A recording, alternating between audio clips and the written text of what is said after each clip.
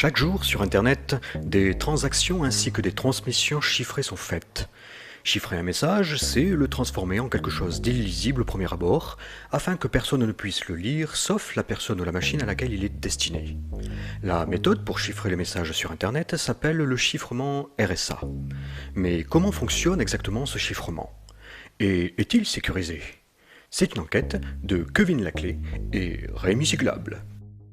Nous sommes fin des années 1960, dans les bureaux du Government Communications Headquarters, GCHQ pour les intimes, le service des renseignements du gouvernement britannique. La miniaturisation des radios fait que les soldats de l'armée britannique vont tous en être équipés. L'armée comprend alors qu'il va être nécessaire de chiffrer un grand nombre de communications et le principal problème reste la distribution des clés. James Ellis, un des cryptographes du GCHQ, découvre alors le principe de la cryptographie à clé publique.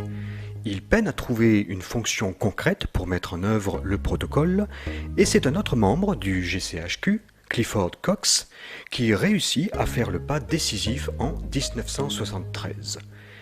Et ce qu'il invente est exactement le chiffrement RSA, qui ne porte pas encore ce nom. Il n'en porte pas du tout d'ailleurs. Ces découvertes font débat au sein du GCHQ. Malcolm Williamson, notamment, cherche une faille dans le protocole et en 1975, il découvre le protocole d'échange de clés.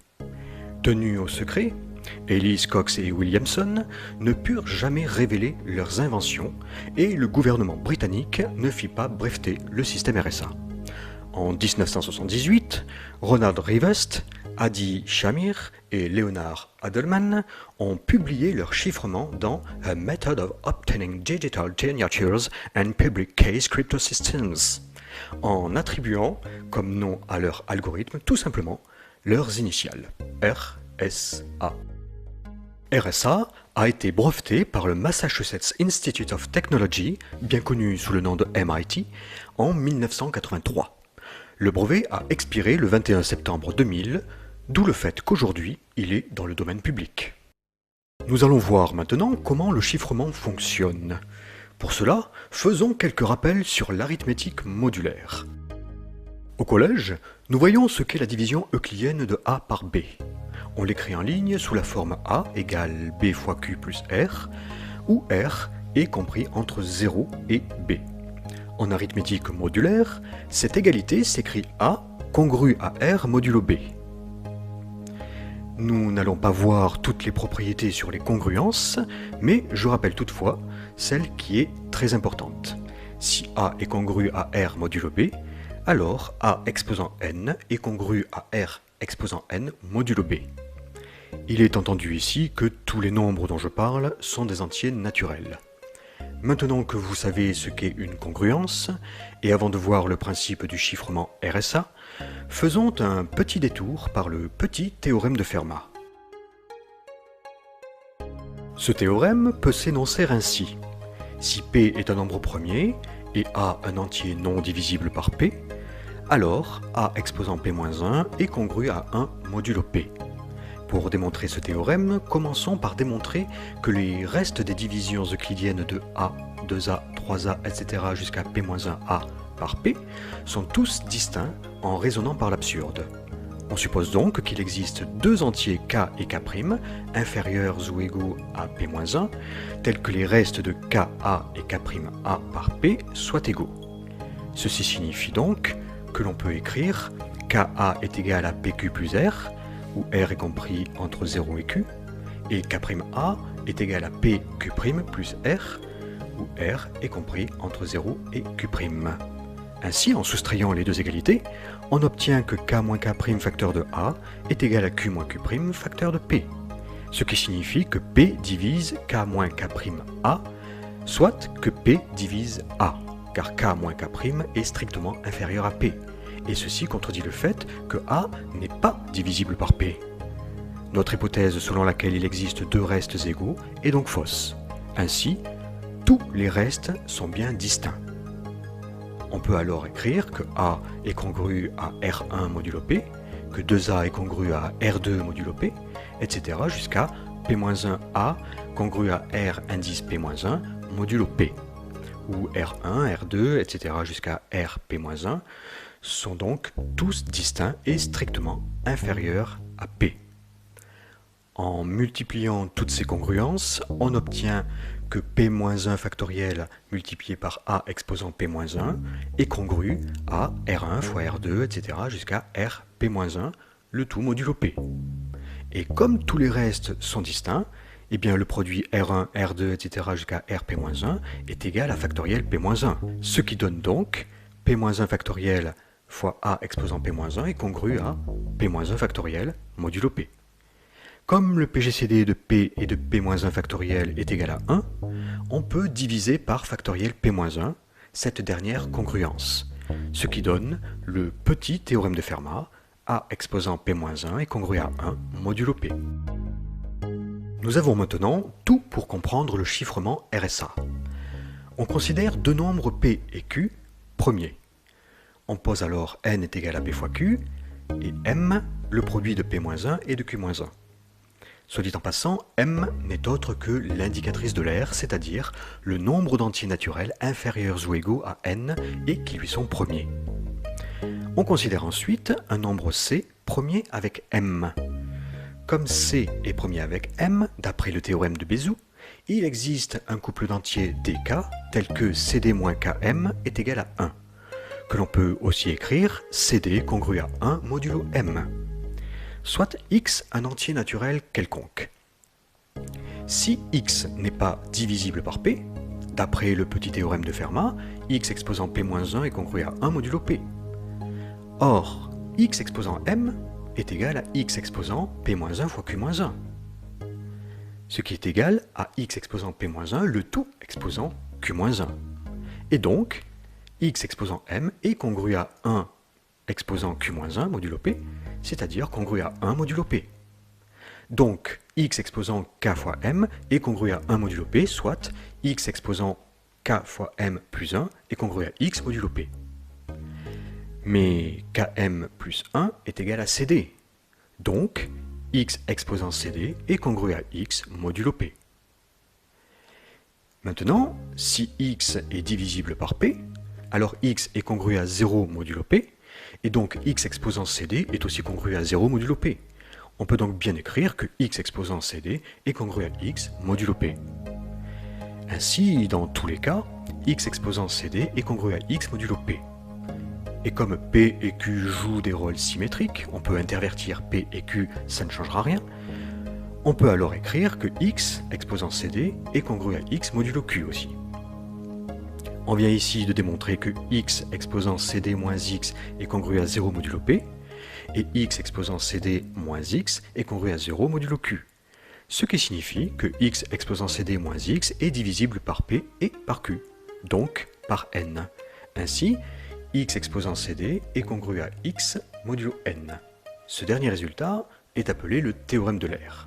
À partir de ce dernier résultat, on établit le chiffrement selon le principe suivant. Soit x à chiffrer. On choisit p et q, deux nombres premiers très grands, puis on calcule n, le produit de p fois q, et m, le produit de p-1 et de q-1. Et on cherche deux entiers c et d premiers avec m, tels que cd congru à 1 modulo m.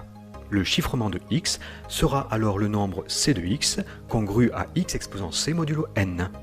Le déchiffrement de y sera alors d de y congru à y exposant d modulo n.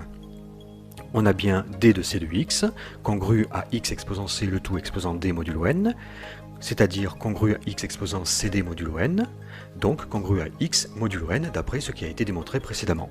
Pour chiffrer x, on a besoin de connaître c et n. Le couple Cn est appelé la clé publique car elle est connue de tous et répertoriée dans un annuaire. Pour déchiffrer le message, il faut connaître D et N. D est ici appelée la clé privée, car elle n'est connue que de la personne ou de la machine qui reçoit le message crypté. Les nombres premiers P et Q doivent rester confidentiels car leur connaissance entraîne celle de M, puis celle de D en résolvant l'équation de Bézout CD-Km égale 1, ce qui est possible car C est dans l'annuaire. D'où l'intérêt de prendre des nombres premiers très grands. En effet, il existe deux conjectures selon lesquelles casser RSA avec une attaque par la force brute nécessiterait une factorisation du produit P fois Q, et avec les algorithmes classiques, le temps que prendrait cette factorisation croîtrait exponentiellement avec la longueur de la clé. Voyons sur un exemple concret comment on utilise le RSA pour chiffrer un message. Je souhaite chiffrer la lettre H, dont le code ASCII est 72. Je prends n égale 283 189, c'est-à-dire 563 fois 503. Donc ici, P est égal à 563 et Q est égal à 503. Alors M est égal à P-1 fois Q-1, c'est-à-dire 282 124. Cherchons maintenant C, tel que le PGCD de C et de M soit égal à 1, avec C compris entre P et Q et M. On prend un nombre compris entre 563 et 283 189, premier avec 282 124. Un algorithme avec une boucle pour suffit. On trouve alors C égale 565, mais il y en a d'autres après. Là, j'ai pris que le premier. La clé publique est donc 565 et 283 189. Pour chiffrer la lettre H de code ASCII 72, on calcule C de 72, qui est congru donc à 72 exposant 565 modulo 283 189. On trouve alors C de 72 égale 80 488 modulo 283 189. Ainsi, H est chiffré en 80 488. Pour déchiffrer 80 488, il faut trouver le nombre D tel que 565 fois D soit congru à 1 modulo 283 189. On cherche donc ici l'inverse de 565 modulo 283 189. On sait que, tout comme C, le nombre D est compris entre P et Q et N, ce qui limite la recherche pour D.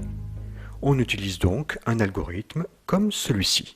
Voyez ici qu'il est plutôt cool de connaître N pour limiter la recherche de D, sans quoi la boucle pour ne serait pas présente dans l'algorithme et ce dernier pourrait tourner très longtemps. On trouve alors D égale 140 313.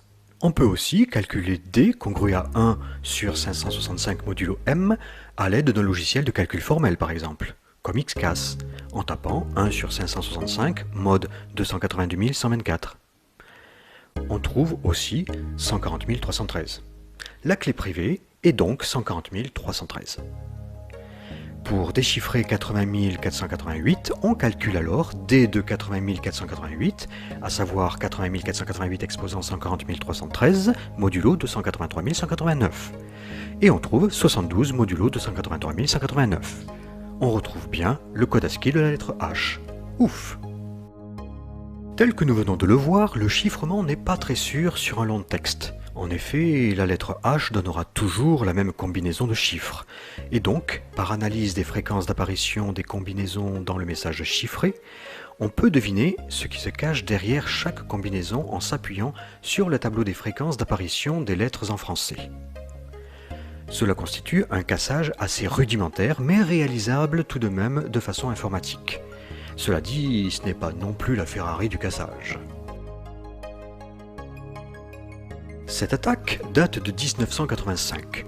Elle repose sur l'hypothèse selon laquelle la clé publique C est assez petite et sur l'interception d'un même message envoyé à plusieurs destinataires. Dans ce cas, il est possible de trouver le message d'origine à l'aide du théorème des restes chinois. C'est une méthode datant de 1989, exploitable uniquement si la clé privée D est inférieure à 1/3 de la racine quatrième de n. Dans ce cas, on peut retrouver D à l'aide du développement en fraction continue de C sur n. À part les quelques exemples que je viens de citer, il existe bien d'autres types d'attaques qui sont bien plus complexes. Enfin bref, vous en savez maintenant un petit peu plus sur le RSA. Si vous êtes curieux, vous pouvez vous rendre sur la page suivante pour chiffrer un message avec le RSA. Ou bien, vous pouvez télécharger le programme Python de chiffrement et celui de déchiffrement sur la page suivante. Si vous souhaitez que je m'attarde dans une prochaine vidéo sur les attaques citées précédemment, n'hésitez pas à m'en faire part dans vos commentaires. Sur ce, je vous dis à très bientôt dans un prochain numéro de Mode Investigation.